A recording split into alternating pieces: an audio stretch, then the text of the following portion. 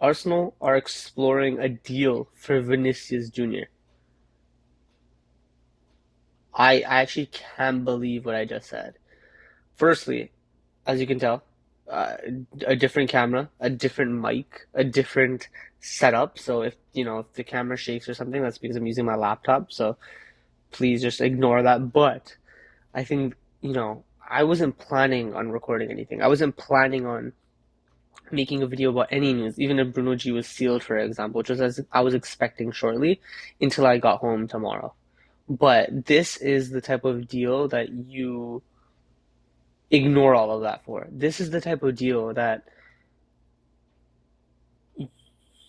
you have to stop everything, sit down, and go and talk about it. Go and record it. Go and text. It is what, 10:23 a.m. right now. I think I got the notification at what, 8:47 a.m. At 8:47, I was barely awake and I looked at my phone and I was like, "Oh my God, what is going on here?" Firstly, I think there's so many places I can take this, but firstly, from the club, this is the exact type of deals and the exact type of signings and the exact type of ambition that the fan base wanted. This is it. This is what we were talking about when we were talking about go and make a marquee signing, go and express interest, go and tell a club, hey, listen, you know that player you have, one of your best players, we want him and we're gonna take him. Go into that shop, put your, you know what? Never mind. I'm not gonna say what I was about to say.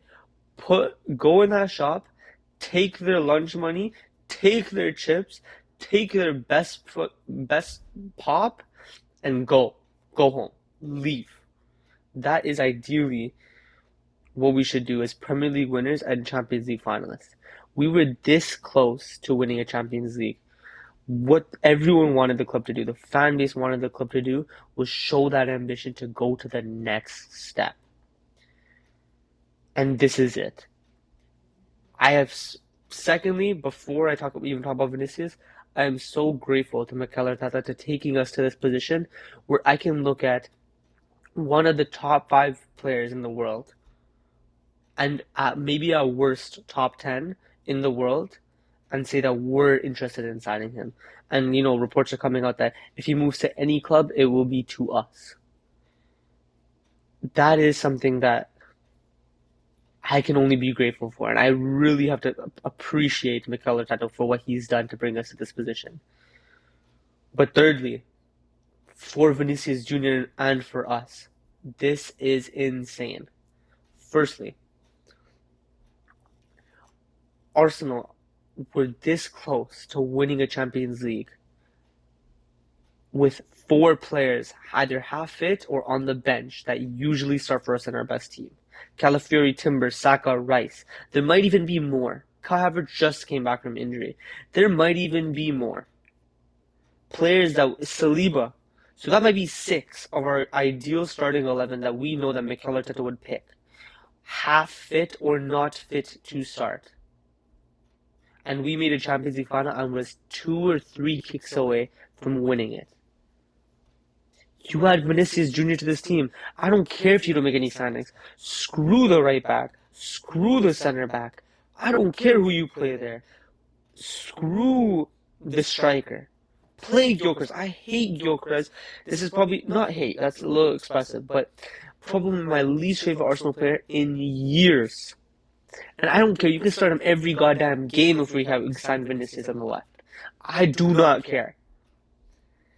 This is one of those signings you make that defines a dynasty, defines a period in not just a club's history, but a league's history, but a sports history. This is a Giannis to Miami. Bigger than that. It's bigger than a Giannis to Miami, perhaps, because Giannis is older, Miami isn't as good. This is as big as KD to the Warriors, except the Warriors wouldn't have won yet. They didn't win the chip yet. That is what this is. This is that level. KD, top 5 player in the league. Vinny, top 5 player in the world. He is different. I've seen this guy, 21, 22, be the Robin to Benzema's Batman. And then 23, 24, said, you know what, you guys don't think I can be the main man? Hold that. Hold that main man, the Batman, the Superman for that team. Jude Bellingham that first half of the season. Second half of the season, Vinny was that guy. What do we need? We might need that guy. And this is what I mean. For us, this is dynasty changing, project defining. Every single term you want to put out there to say that you guys might be fucked. The rivals, if this happens, you might be fucked. This, whatever way you want to put that, however you want to paint that brush, it does not matter to me. This is what this is. That is what this is. Different gravy. Listen, I cannot be more excited for this potential signing, honestly. But I think the final thing is for Vinicius Jr. Brother, we saw what you can do at the top level. But Real Madrid thought, Mbappe is the better talent. Vinny, I'm sorry, you're going to have to work with him. We can't trust you as the main man no more because we have Mbappe. They flexed on you a little bit, saying, you know what? We're going to put Mbappe as our head of our project. Vinny, you sign and tag along, or you leave. They didn't respect you the way you should have been respected. They didn't respect you as if you brought 2 Champions Leagues to this club, one of them almost single-handedly. They're not respecting you like that. But you deserve to be respected. Vinicius Jr. is up there with the greats in terms of quality on his day. This is a Ballon d'Or winner-esque player. He should have won that Ballon d'Or. So what I say is, do you want to go to a club that has cultural significance at the top level? Yes, we might not be tier A for trophies, tier A for dominance in the league, tier A for European heritage. But you know what we are tier A for? Cultural significance, cultural impact around the world.